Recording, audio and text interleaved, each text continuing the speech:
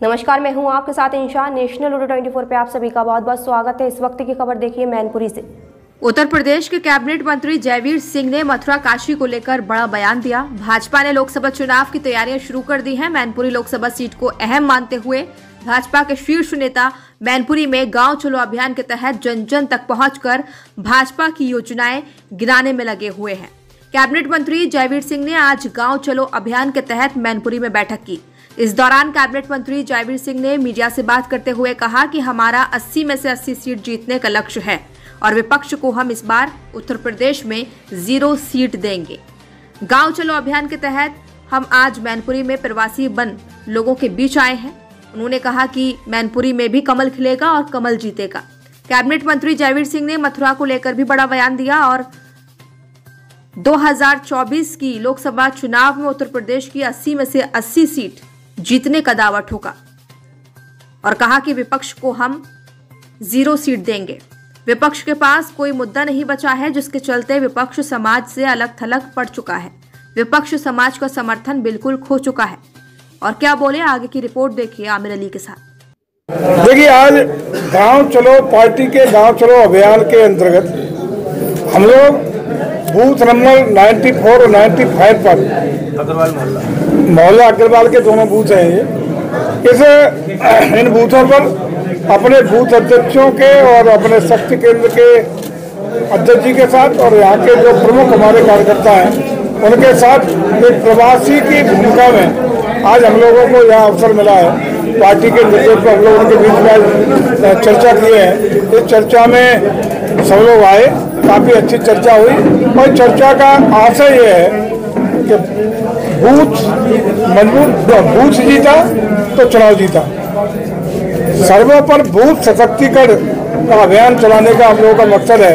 इसके अंतर्गत जो भी पार्टी की नीतियां रीतियां और कार्यक्रम हैं, भारत सरकार के द्वारा प्रदेश सरकार की जो उपलब्धियां हैं उनको जन जन तक पहुंचाने का काम, एक एक बूथ पर सतत रूप से पन्ना प्रमुखों तक की तैयारी का विषय चर्चा करने का, एक एक घर तक जनसंपर्क बढ़ाने का, पार्टी के विभिन्न कार्यक्रमों से घर घर ज़्यादा से ज़्यादा लोगों को जोड़ने का, जो ऐसे मतदाता हैं जो कहीं से और हमारे साथ जुड़ने के लिए आतुर हो सकते हैं, उनके साथ सतत रूप से संपर्क बना के उनको भी अपने साथ जोड़ने का कार्यक्रम के अंतर्गत हम लोग आज उनके बीच में बैठे हैं। उसकी समीक्षा भी हुई है, उस पर चर्चा भी हुई है।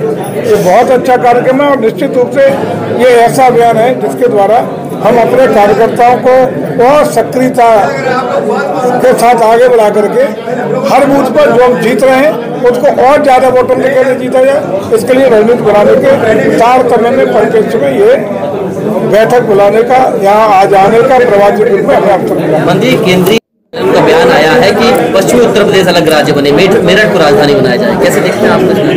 देखिए, मुझे लगता है कि अभी के लिए बहुत पहले तो चर्चा होती नहीं है। अलग अलग विभिन्न सामाजिक संगठनों के द्वारा, विभिन्न छोटे छोटे राजनीतिक दलों के द्वारा भी इस तरह की मांग होती रही है। उसी परिप्रेक्ष्य में उनकी बात रही होगी। निश्चित रूप से अगर ऐसा कोई प्रस्ताव होगा तो उस पर अभी पार्टी स्तर पर कोई इस तरह का विचार नहीं है। ये बालियान जी ने अगर कहा है उस तरह का कोई प्रस्ताव आएगा तो उस पर सरकार आगे विचार करेगी, लेकिन अभी फिलहाल इस पर कोई सरकार के विचाराधीन के ऐसा कोई प्रस्ताव नहीं। प्रोफेसर रामगोपाल यादव का बयान आया है कि 80 में से केवल 35 सीटें, वो तो अपने आप 35 सीटों पर आ गए। कल बयान दिया है उन्होंने, तो 35 सीटें जीत रहे हैं। चलिए 35, देखिए मुझे लगता है कि हम लोगों का जो लक्ष्य है वो 80 का 80 जीतने का है, जिसमें मैनपुरी भी शामिल है। विपक्ष को 0 हम दे रहे हैं और 0 ही देंगे, ये हम लोगों का प्रयास है। मंत्री जी, आप फिरोजाबाद या मैनपुरी, संशय बरकरार है, क्या कहेंगे? मेरा कोई प्रदेश सरकार में क्या मंत्री आप लोग अच्छा नहीं लग रहा? फिर भी आप चाह रहे हैं कि फिरोजाबाद सुनने में आया था कि नहीं, सुनने में क्या, देखिए वैसे तो पार्टी का निर्णय सिरोधार सबको करना पड़ेगा, लेकिन मेरा कोई विचार चुनाव का नहीं है। हम लोग फिलहाल प्रदेश सरकार में कैबिनेट मिनिस्टर के रूप में काम कर रहे हैं, लोगों की सेवा कर रहे हैं और माननीय योगी जी के नेतृत्व में, माननीय मोदी जी के मार्गदर्शन में हम लोग बहुत बढ़िया भूमिका में काम कर रहे हैं। मेरी कोई इच्छा नहीं है लड़ने की और न मेरी कोई दावेदारी है। मंत्री जी, लगातार किसान दिल्ली में आंदोलन कर रहे हैं, चुनाव भी नजदीक है, आप लोग मीटिंग भी कर रहे हैं, क्या लगता है? आज 5 बजे बैठक है, जो किसान अपने हैं, देश के रीढ़ की हड्डी किसान हैं। किसानों की आय दोगुने करने के लिए, उनके हितों के संरक्षण के लिए, उनको सुविधाएं देने के लिए जो भी संभव है, भारत सरकार और हमारी राज्य सरकार दोनों सतत रूप से जागरूक है, संवेदनशील है और प्रयासरत हैं। आज शाम को 5 बजे केंद्रीय मंत्रियों के और किसान संगठनों के बीच में वार्ता भी होनी है। हम समझते हैं कि कोई न कोई रचनात्मक और सकारात्मक परिणाम हल निकलेगा। समाजवादी पार्टी ने कहा है किसानों को भारतीय जनता पार्टी झूठों की पार्टी है, केवल खोखले वादे करती है। मुझे लगता है कि विपक्ष का तो चूंकि कोई आधार नहीं बचा, कोई मुद्दा नहीं बचा और आज बिल्कुल समाज से अलग थलग विपक्ष पड़ चुका है। समाज का समर्थन भी विपक्ष ने खो दिया है। देश का मूड, देश का समर्थन, देश का आशीर्वाद इस समय आदरणीय मोदी जी को तीसरी बार प्रधानमंत्री बनाने के लिए बन चुका है।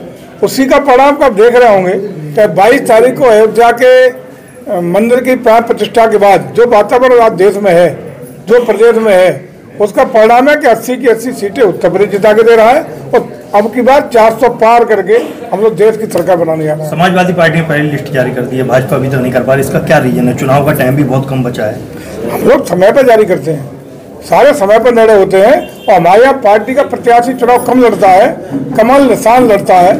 जो भी कमल निशान लेके आएगा वो हमारा प्रत्याशी होगा, कमल लड़ेगा, कमल जीतेगा। उत्तर प्रदेश की उनकी सनातनियों की 3 मांगे हैं और 3 मांगों को सब भली भांति जानते हैं। राम मंदिर उसमें से एक था जिसकी पूर्ण हो गई मांग, अब बाकी 2 शेष रह गए। कितना लंबा समय का इंतजार करना पड़ेगा, क्योंकि राम मंदिर के लिए काफी लंबा इंतजार किया लोगों ने। हमें लगता है राम मंदिर की पूर्णता हो गई, नंदी जी ने सिंह गंगा के पलट दिया वहाँ काशी में, तो हमारे श्री कृष्ण जी भगवान तो बहुत नटखट है, वो क्या मानने वाले हैं।